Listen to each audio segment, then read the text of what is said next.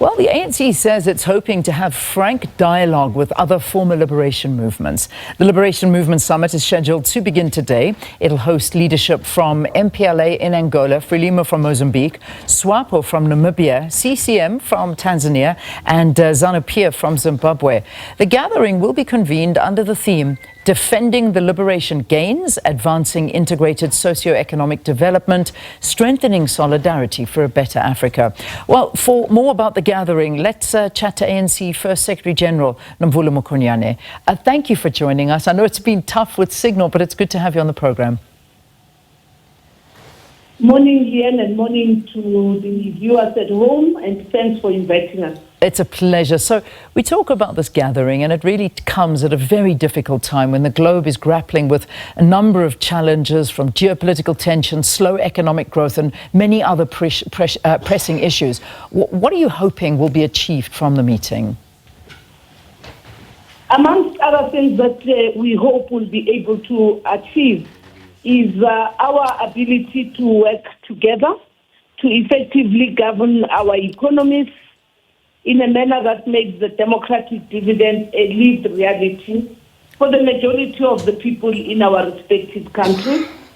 Secondly, is to ensure that we all coordinate our economic infrastructure projects such that we are able to make maximum input on the development of Africa as a continent, assisting in the realization of the objectives of Agenda 2063, and lastly, to improve management as well as leadership of people across our different nations, something that has become not only a continental challenge, but a global reality. The unplanned migrations that have serious impact on one country against the other. Yeah. So when we look at the transition of former liberation movements into political parties, you know, it really, and we take a snapshot of a lot of different countries on the continent, it really has not led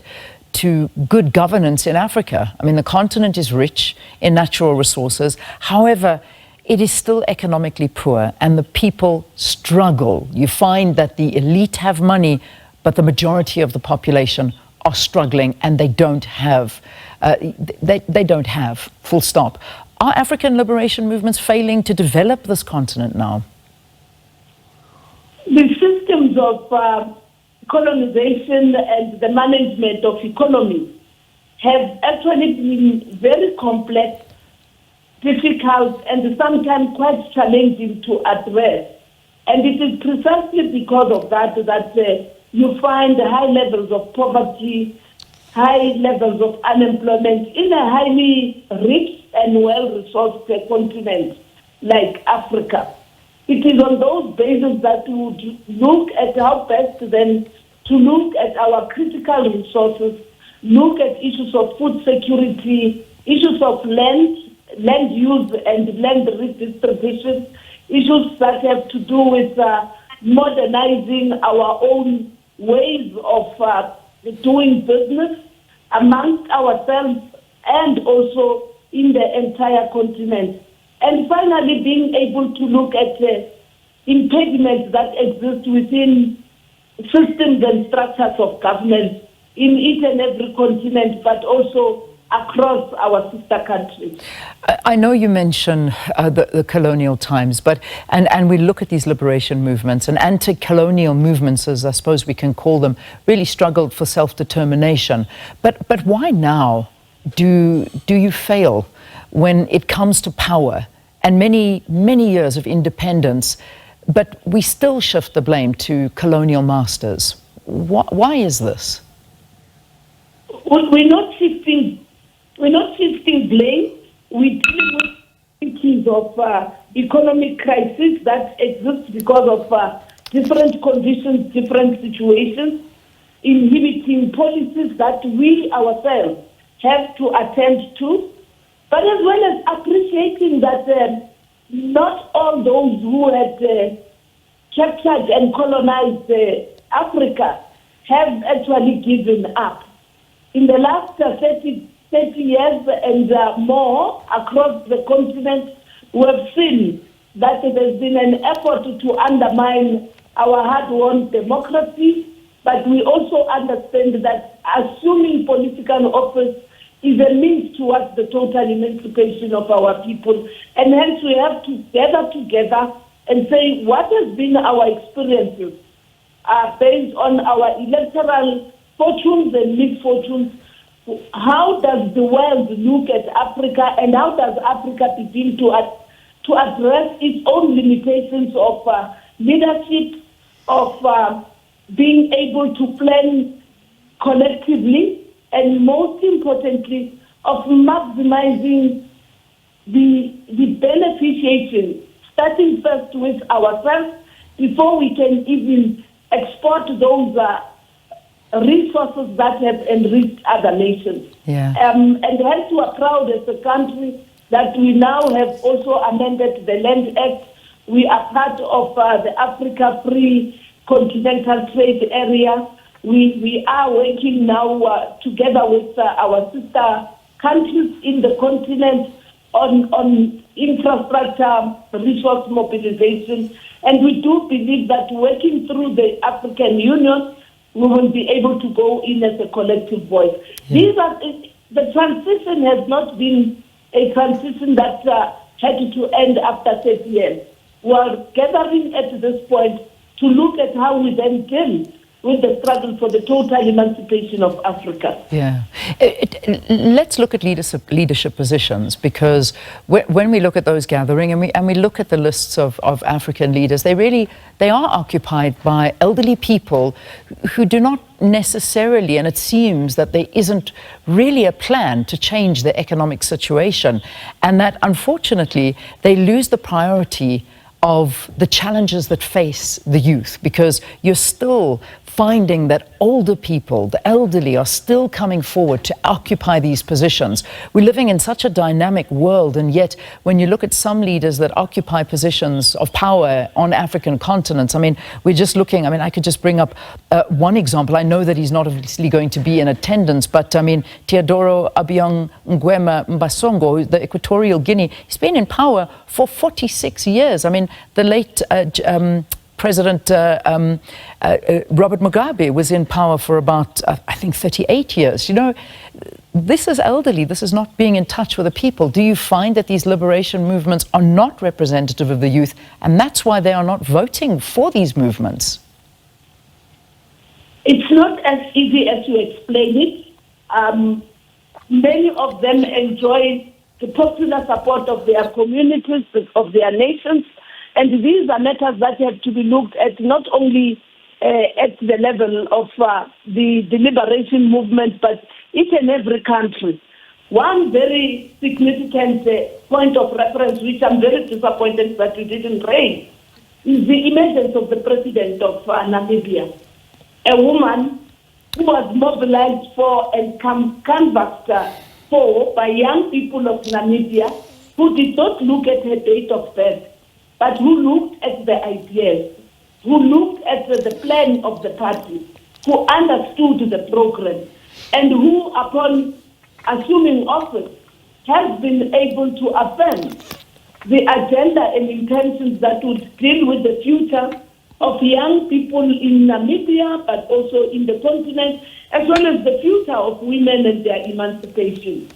And therefore, hence we will be going into this meeting to frankly engage, critically reflect, but present a situation where we will not be able to find solutions. What we really want to look at, it's again issues about electoral reforms, issues about renewal of each and every party, and every party will be sharing with us what exactly they are doing to renew, and hence the closed session will be a critical session that will frankly reflect and frankly look at how we conscientize even young people, who most of them are also part of these structures and attendees. All their leagues are in attendance and they will be making their own presentations about the future. Yeah. So I think when we get into this space, we need to go beyond just being critical, but also understand what exactly is happening. We must guard against the regime change and imposition of newfound leaders who are funded by foreign donors and the creation of alternative parties. And ourselves, we need not be comfortable because we are liberation movement. We liberated the people of our countries. They must have the freedom of expression and freedom of association. I'm glad you brought up the Namibian president, because that certainly is a shining light on the continent, and looking at the power of women and finally seeing that this is, it's close. It is close. But I mean, we can't say that all liberation movements in Africa are corrupt. That's something we cannot say, and we certainly can't say they're incompetent. But there are questions about ethics and how perhaps ethical leaders are suppressed by the majority, which may be corrupt and unethical because of the decline in support of liberation movements in Africa. I mean, you look at certain examples where one worries that there's increasingly autocratic governance plagued by elite capture and systematic corruption. How do we address this? I think we should also be appreciating what exactly is happening in other countries beyond Namibia, Tanzania, and so forth. To generalize and not be specific is also limiting our understanding, including complexities of each and every country. It has been a while that we have never met like this. So it is going to be important that we be given this opportunity to engage frankly outside of the cameras and be able not to want to claim to speak on behalf of Africa as a continent, but to say how do we position ourselves, starting amongst ourselves and our parties, and then being able to work together through the African Union on defending the hard-won gains of independence in Africa, but guide against us being given ideas that are again going to further destabilize our continent, such as foreign funding, imposition of new leaders in the guise of dealing with those that are old, but also understanding the democratic processes of each and every country. And we will not, as the ANC, want to take responsibility and dictate how other parties deal with internal process of democracy, but we must be able to reflect with each other, draw lessons from one another, and then be in a position to set up monitoring and evaluation, including platforms for accountability amongst ourselves, besides relying on systems of governance to deal with issues of good governance.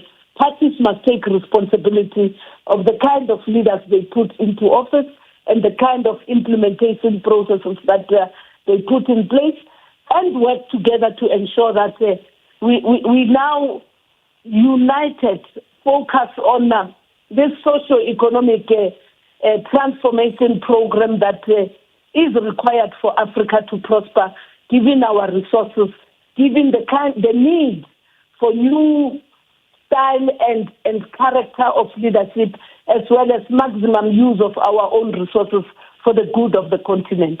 All right, let's leave it there. Thank you. Thank you so much for talking to us. Thank you, First Secretary General. That's, of course, Nomvula Monkonyane, ANC, the First Secretary General, speaking about the Liberation Movement Summit that's scheduled to begin today. As you can tell, a host of issues that certainly do affect the continent and leadership and liberation parties. And I mean, this has not necessarily got to do with what's going to happen at the summit, but I mean, just so many interesting stories. And I saw this one being flagged last week, that Cameroon's Paul Biya, the world's oldest president, is the favorite as he seeks an 8th term as president. Can you believe this? He's 92 years old. I mean, what is this what we need? Is this what the continent needs? But anyway, maybe it is, because he's the outright favorite to win, apparently. But anyway, we'll watch that one and other stories that affect the continent.